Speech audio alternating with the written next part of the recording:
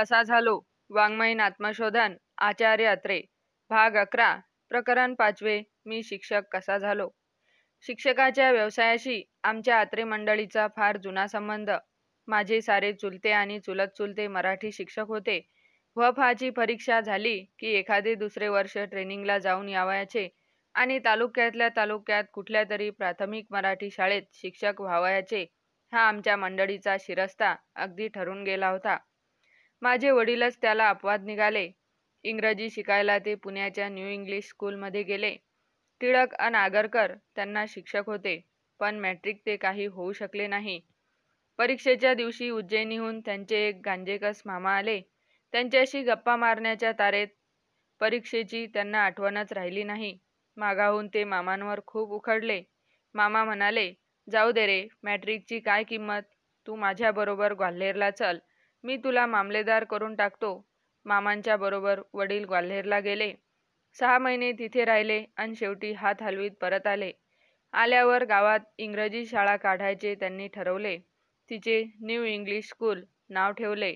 पुण्याहून शिळाछापाच्या जाहिराती छापून आणल्या, पण विद्यार्थीच जमले नाही. शेवटी कंटाळून ते पोलिसात गेले. शिक्षक होण्याचा त्यांचा योग असा थोडक्यात चुकला. त्यामुळे शिक्षकाच्या धंद्यावर त्यांचा कायमचा राग राहिला. माझ्या मुलाला वकील करीन, शिक्षक कधी करणार नाही, असे ते मोठ्या अभिमानाने म्हणत.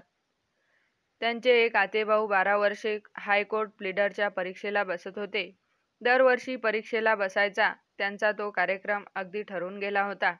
परीक्षेची अन त्यांची जणू काही लढतच लागून राहिली होती, कोण थकते म्हणून. त्यामुळे वकिलीच्या धंद्यासंबंधी माझ्या वडिलांना फार आदर वाटत असे. त्यांच्या त्या विचारांचा माझ्या मनावर परिणाम झाल्यावाचून राहिला नाही. वकिलीच्या परीक्षेसाठी मुंबईला जावे लागते ह्या गोष्टीचे मला विशेष आकर्षण वाटले. म्हणून मराठी शाळेत पाऊल टाकल्यापासून मी वकिलीच्या धंद्यावर डोळा ठेवून होतो.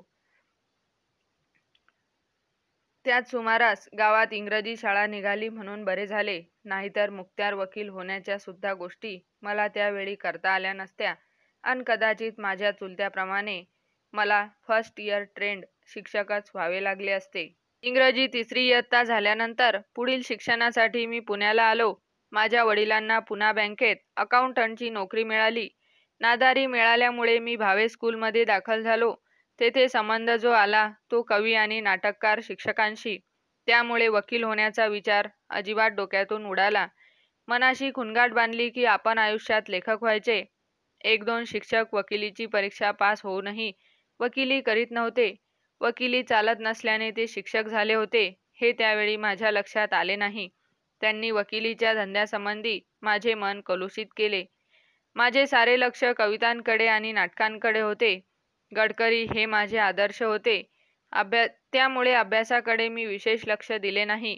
शिवाय मी काही हुशार विद्यार्थी नाही, हा माझा बौद्धिक वकूफ सामान्य आहे असे मला राहून राहून वाटे. पण मी कुठल्याही परीक्षेत नापास म्हणून कधी झालो नाही. परीक्षेच्या आधी महिनाभर अभ्यास केला की मला पुरा होई. माझ्या धाकट्या चुलत्यांनी पहिली जगन्नाथ शंकरशेठ स्कॉलरशिप मिळवली होती. त्यावेळी चहूकडे त्यांचे नाव झाले होते. त्यांचा धडा मी गिरवावा असे शिक्षकांना वाटे, पण त्यांच्या त्या अपेक्षांच्या ओझ्याखाली माझा जीव मात्र गुदमरून जाई. परीक्षा पास होण्यातच मला माझ्या पराक्रमाची पराकाष्ठा वाटे. आमच्या वेळी मॅट्रिकच्या परीक्षेचा निकाल फार कडक लागला. शाळेतून 125 विद्यार्थी बसले होते. त्यांपैकी 10 का 12 पास झाले. त्यात मी होतो. अकार विल्ल्याप्रमाणे माझे नाव बोर्डावर पहिले झळकले. ते पाहून संबंध मॅट्रिक परीक्षेत माझा नंबर पहिला आल्या इतका माझ्या वडिलांना आनंद झाला. कॉलेजात गेल्यावर माझे कवितांचे वेड आणखीच बळावले. मासिक मनोरंजनात माझ्या कविता प्रसिद्ध होऊ लागल्या. त्यामुळे कॉलेजातली स्कॉलर मंडळी मला खिसगंतीत वाटू लागली.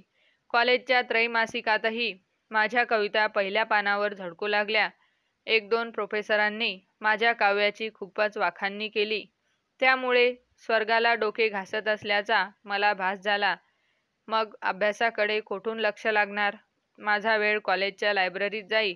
इंग्रजी वाङ्मयातल्या बहुतेक सर्व नामांकित लेखकांची पुस्तके मी वाचून काढली.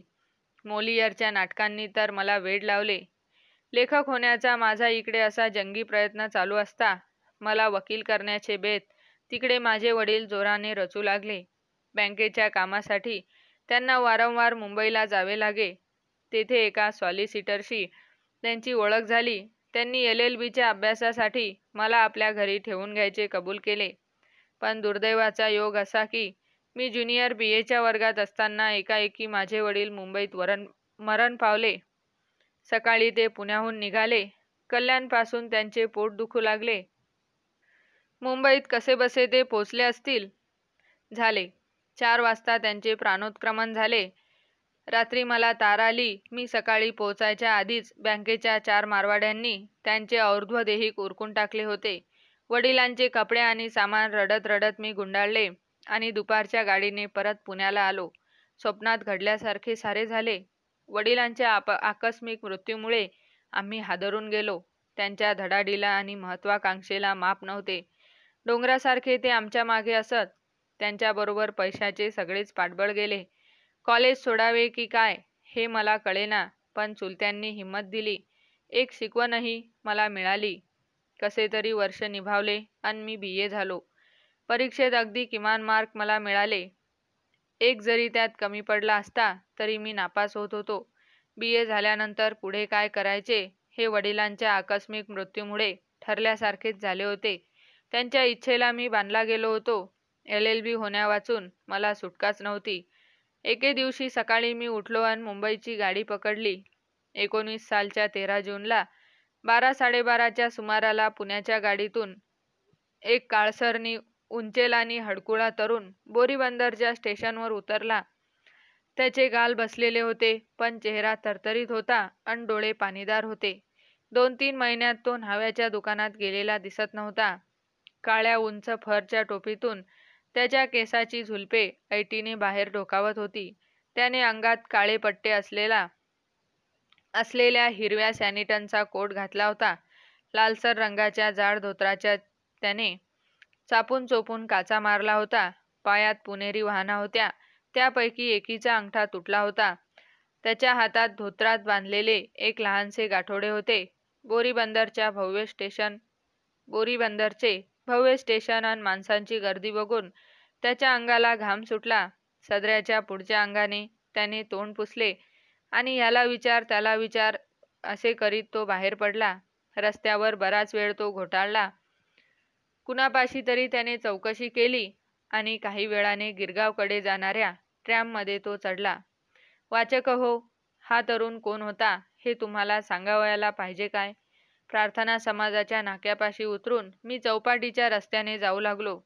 माझे चुलतेही LLB होण्यासाठी महिन्यापूर्वी मुंबईला आलेले होते. मारवाडी विद्यालयात त्यांना शिक्षकाची नोकरी मिळाली होती. त्यांना भेटायला मी निघालो होतो, पण डाव्या बाजूला असलेले मारवाडी विद्यालय मला दिसलेच नाही. मी तसाच पुढे लॅमिंग्टन रोडच्या कोपऱ्यापर्यंत चालत गेलो. तोच उजव्या बाजूला स्टँडर्ड हायस्कूल अशी मोठी इंग्रजी पाटी माझ्या नजरेस पडली. ती पाहून मी थबकलोच. आतल्या बाजूला एक लहानसे कंपाऊंड होते. तेथे ऐटबाज पोशाख केलेली 10-12 मुले हसत खिदळत होती. वयाने ती मला प्रौढच वाटली. त्यांच्याकडे मी चौकशी केली तेव्हा सिनियर कॅम्ब्रिज च्या परीक्षेचे शिक्षण देणारी मुलामुलींची ती इंग्रजी शाळा असल्याचे मला कळले. एकदम माझ्या मनात विचार आला की ह्या शाळेत आपल्याला शिक्षकाची नोकरी मिळेल का? LLB साठी मुंबईला आलो होतो खरा, पण पैशाची काहीच तरतूद नव्हती. कुठेतरी नोकरी केली तरच मुंबईत मला राहता येणार होते. म्हणून शाळा दृष्टीत पडल्यावर साहजिकच नोकरीचा विचार मनात आला. चौकशी तर करूया असे म्हणून मी तसाच पायऱ्या चढून आत शिरलो. प्रिन्सिपलचे ऑफिस अगदी समोरच होते. मी आत डोकावून पाहिले. तो एक मध्यम वयाचा मोठा देखणा आणि भव्य गृहस्थ टेबलापाशी बसला होता. अंगात काळे बंद पारशी पद्धतीचा लांब काळा कोट, खाकी विजार बूट, डोक्याला काळी वाटोळी टोपी आणि कपाळाला लाल गंधाची टिकली असा त्याचा रुबाब होता. पुण्यामध्ये असा शोभिवंत पुरुष मी कधीच पाहिला नव्हता. मनातल्या मनात मी जरा हबकलोच. विचार पडला, आत जावे का न जावे? बाहेर नावाची पाटी होती, प्रिन्सिपल जयकर. ते नाव वाचून मला धीर आला. मराठी माणूस दिसतोय तर हा, मग काही हरकत नाही. कोपऱ्यातल्या स्टूलावर मी माझ्या हातातले गाठोडे ठेवले अन कोटाच्या गुंड्या लावू लागलो. तोच प्रिन्सिपल जयकरांचे लक्ष माझ्याकडे गेले. काय पाहिजे? इंग्रजीत त्यांनी मला विचारले. मी भीत दारातूनच उत्तरलो.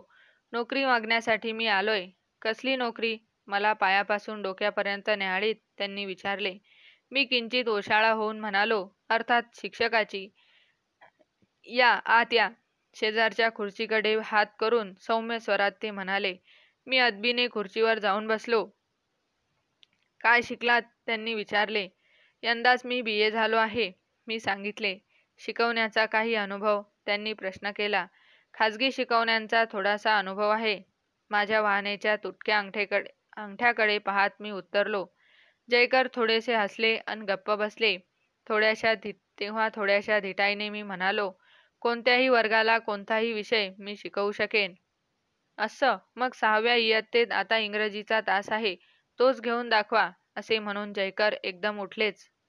माझ्या पोटात एकदम वायगोळा उपटला. बाप दाखव नाहीतर श्राद्ध कर असला पेच एकदम आपल्यापुढे येऊन पडेल अशी कल्पना सुद्धा मला नव्हती. 6व्या इयत्तेला इंग्रजी शिकवायचे, काही तयारी न करता? अरे बाप रे! माझ्या धमन्यातून रक्ताऐवजी बर्फाचे पाणी वाहते आहे असे मला वाटले. इंग्रजीत मला बोलता तरी येईल किंवा नाही ह्याचीच आधी मला शंका होती. मग शिकवण्याची गोष्ट तर दूरच. पण आता भिवून काय उपयोग? आलेल्या संकटाला धैर्याने तोंड दिलेच पाहिजे.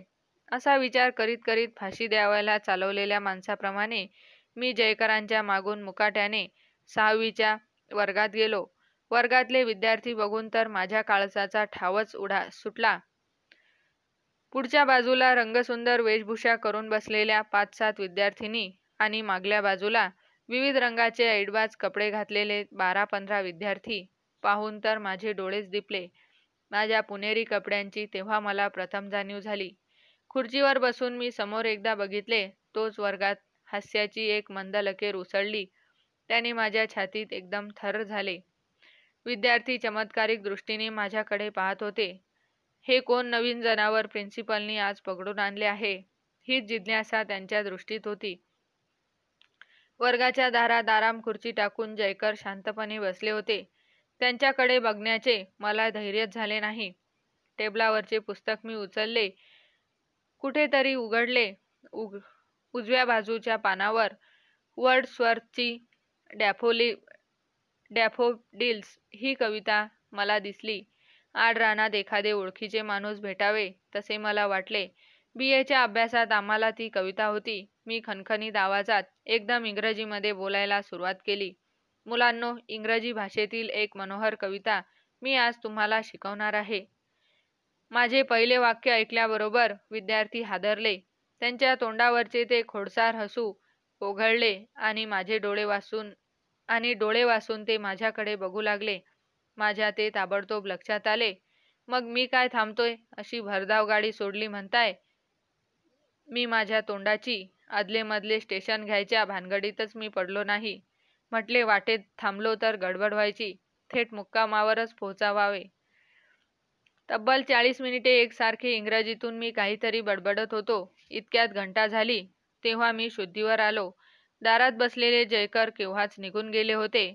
माझ्या वक्तृत्वाच्या झपाट्याने पोरे अशी हबकून निघाली होती म्हणता.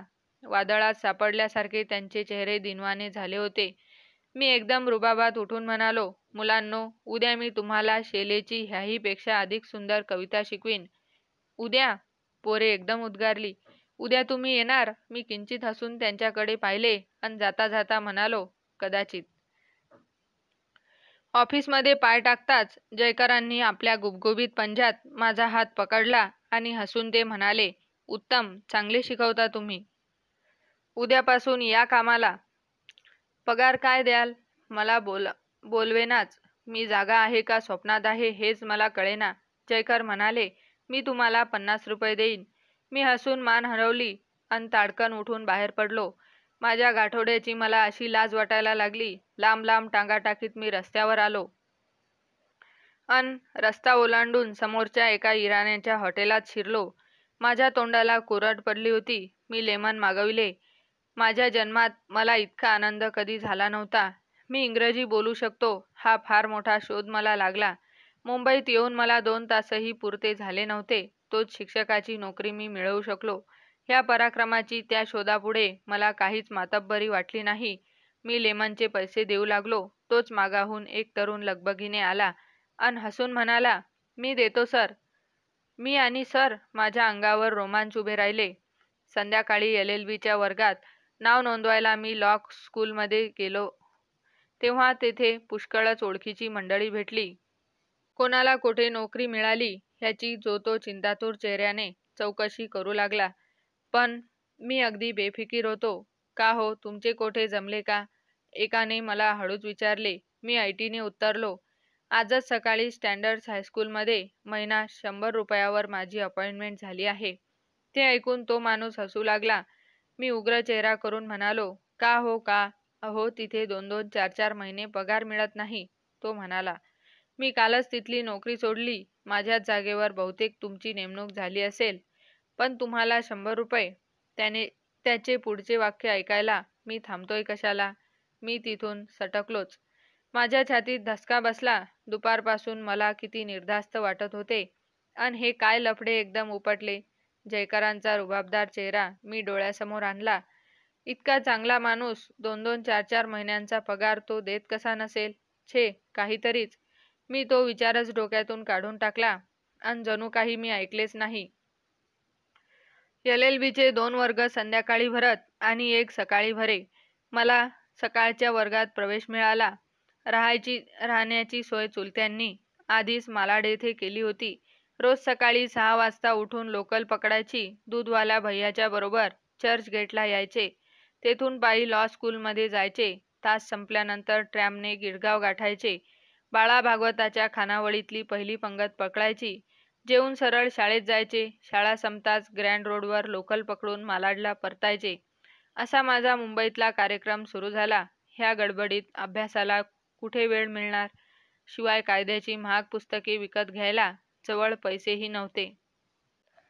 नवनवीन पुस्तके ऐकण्यासाठी आमच्या चॅनलला सबस्क्राईब, लाईक व बेल आयकॉनवर क्लिक करा. धन्यवाद.